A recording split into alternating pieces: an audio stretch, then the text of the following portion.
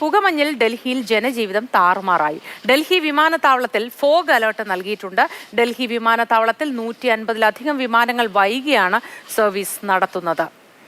അനൂപ് ചേരുന്നു. Anoop, good morning. കാഴ്ചാപരിധി 2 ദിവസമായി തന്നെ ഏകദേശം 0 എന്നാണ് നമുക്ക് ലഭിച്ചിരുന്ന വിവരങ്ങളൊക്കെ തന്നെ. ഈ ജനജീവിതം കൂടുതൽ ദുസ്സഹമായി കൊണ്ടിരിക്കുകയാണോ? Moti, good morning.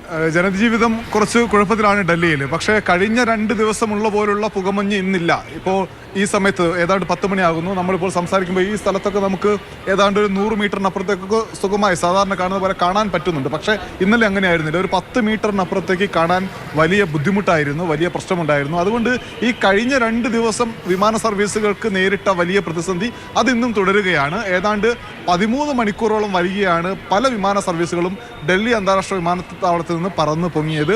ഇപ്പോഴും മുംബൈയിലേക്കും ഒപ്പം കൊൽക്കത്തയിലേക്കും ഒക്കെ പറക്കേണ്ട നിരവധി യാത്രക്കാരാണ് ഡൽഹി വിമാനത്താവളത്തിൽ കുടുങ്ങിക്കിടക്കുന്നത്.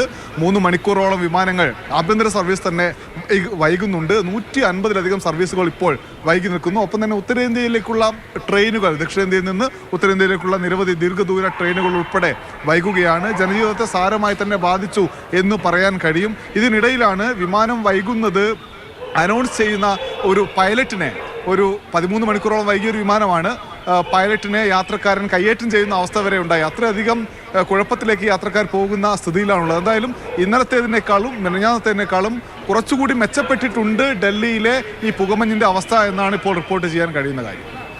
അനൂപ്, അതുപോലെ റോഡ് ഗതാഗതം എങ്ങനെയുണ്ട്? സാധാരണ ഇത്തരം മൂടൽമഞ്ഞൊക്കെ വരുന്ന സന്ദർഭങ്ങളിൽ ചെറിയ അപകടങ്ങളൊക്കെ റിപ്പോർട്ട് ചെയ്യാറുണ്ട്. അത്തരം കാര്യങ്ങൾ, അനിഷ്ട സംഭവങ്ങളൊന്നുമില്ല എന്ന് നമുക്ക് ആശ്വസിക്കാമോ? അതെങ്ങനെയാണ്?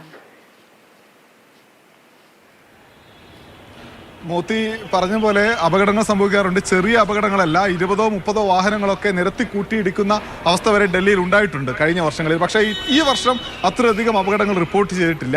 ഇന്നലെയും മിനിഞ്ഞാന്നുമായിരുന്നു കൂടുതൽ പുകമഞ്ഞുള്ളത്. എന്നാൽ റോഡിൽ ആ സമയത്തേക്ക് വാഹനങ്ങൾ ഇറക്കുന്നത് ആൾക്കാർ കുറച്ചു എന്നാണ് മനസ്സിലാക്കാൻ കഴിയുന്നത്.